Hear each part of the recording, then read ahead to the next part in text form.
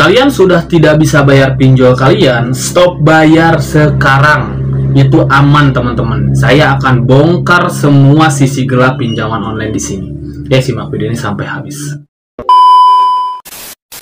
Assalamualaikum warahmatullahi wabarakatuh. Kembali lagi bersama saya di sini. Apa kabar kalian semua? Semoga dalam keadaan sehat walafiat dan selalu dimudahkan rezekinya. Di video kali ini saya akan membahas untuk teman-teman yang memang sudah tidak bisa bayar, stop bayar aja. Ya, emang bisa? Apakah aman? Aman teman-teman ya. Yang aman itu adalah kita yang nggak paham. Ya, jadi di sini saya akan coba bongkar dulu seperti apa sih sisi gelap pinjol itu sebenarnya. Ya, mereka itu di stop bayar apakah akan rugi atau tidak? Saya akan coba bongkar di sini. Ini juga sebenarnya adalah bocoran-bocoran nih. Nanti ada videonya untuk kalian dari si perusahaan pinjol itu sendiri, yang pernah punya perusahaan pinjol itu sendiri. Bilang langsung seperti itu. Oke teman-teman, namun sebelum itu yang baru bergabung tentunya bantu channel itu berkembang dengan cara klik tombol subscribe yang ada di bawah.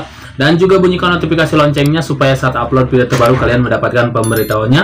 Dan untuk teman-teman yang masih gali lubang tutup lubang, justru butuh bimbingan, pendampingan untuk bebas dari jeratan pinjol ini, silakan langsung saja konsultasi melalui WA yang ada di deskripsi video jika teman-teman butuh bantuan pendampingan di sini.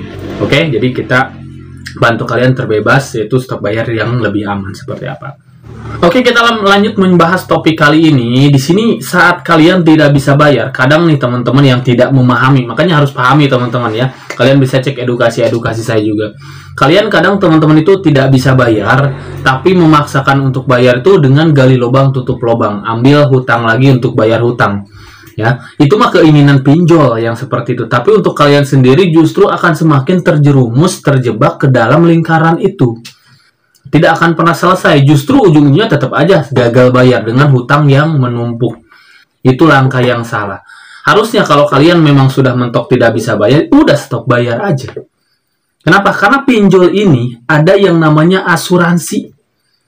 Mereka tidak akan pernah rugi, karena mereka ada yang mengcover asuransi. Hutang Anda ada yang bayarin.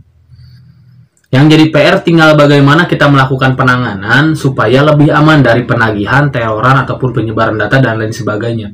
Itu yang kita bantu. Hanya untuk teman-teman konsultasi aja langsung.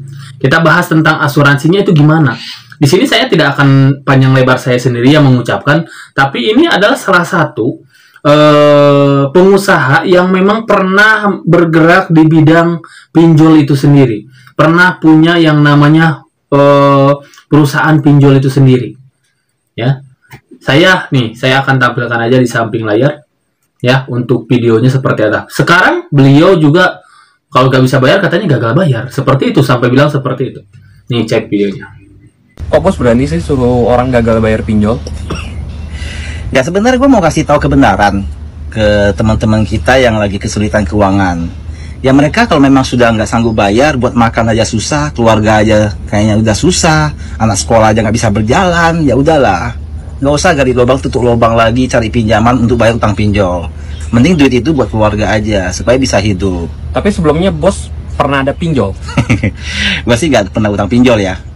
Tapi ini gue kasih tahu, kasih pemahaman ke lu orang semua. Gue kasih tahu cerita gue ini sebenarnya seperti apa. Dulu itu gue ini adalah pengusaha di kelas di bidang finance ya, salah satunya gue ada finance divisi kredit peminjaman ya, kemudian gue ada divisi penagihan ya, DC udah pasti ada lah yang bagian orang teror ke kalian, bagian yang di lapangan gue juga ada. Jadi gue tahu banget tentang namanya kredit bunganya sekian, DC itu cara kerjanya seperti apa, gue tahu semua. Nah pada saat itu gue udah punya perusahaan finance. Value perusahaan gue udah cukup besar lah ya. Kalau menurut gue lumayan besar. Kalau dibandingkan dengan pengusaha-pengusaha kelas kakap ya, gue kalah lah dari mereka. Dan pada saat itu gue ekspansi. Gue mau ekspansi tahun 2020. Gue bangun perusahaan fintech PT ya. Fintech itu peer-to-peer lending, dalam bahasa Indonesianya pinjol. Nah sebenarnya gue sudah mau masuk ke sana. Gua udah dikasih pemahaman meeting sana meeting sini tentang aturan pinjol seperti apa, dapat izin lisensi dari OJK-nya seperti apa. Itu gua lagi proses tahun 2020. Jadi di pinjol ini begini. Ketika kita perusahaan ini, lu orang gagal bayar ya, para debiturnya gagal bayar. Di perusahaan ini ada namanya mitigasi resiko. ketika ada kerugian, kita bisa cover dari asuransi. Asuransi udah cover, kita beres nih masalah kerugiannya perusahaan. Nah, data-data debiturnya ini kita kasih ke pihak ketiga. Supaya apa? Gua bisa double cuan dong sebagai perusahaan. Gua udah dapat pokoknya, kemudian gua bisa dapat cuan lagi dari pihak ketiga. Jadi pihak ketiganya itu asuransi atau Pihak ketiga itu ya divisi penagihan. Jadi debt collector itu yang nantinya mereka akan neror ke kalian, kemudian dia akan datang ke rumah kalian, samperin kalian, nakutin kalian, ancamin kalian, bikin malu. Nah, ketika kalian merasa terintimidasi, malu, kalian pasti cari bayaran dong, cari pinjaman dong buat bayar. Ketika dapat pinjaman, bayar ya udah, kita udah dapat pokoknya, di situ masih dapat untungnya. Jadi sebenarnya ketika lu orang bisa bayar, ya kami makin senang. Bunga pinjol kan tinggi. Tapi ketika lu orang nggak bisa bayar, makanya nanti kedepannya kita kasih penawaran bayar pokok. Supaya kita untung. untung, Bos. Ya, kita udah dapat cover dari asuransi. Kemudian setelah kalau si debitur itu ketakutan, mereka bayar pokoknya, dapat untung nggak gua dari sana? Ya dapat sih. Untung dong. Karena duit lu dibayar sama asuransi. Iya. Nah, itu dia teman-teman. Setelah kalian melihat itu semua, coba apa pendapat kalian? Berarti poinnya tinggal bagaimana kita bertahan dari penagihan, bagaimana kita melakukan penanganan saat ibaratnya dalam fase gagal bayarnya ini. Makanya di sini saya pun makanya untuk membimbing teman-teman itu membantu meminimalisir segala bentuk hal-hal yang ibaratnya resiko-resiko yang berbahaya saat gagal bayar di pinjol itu sendiri.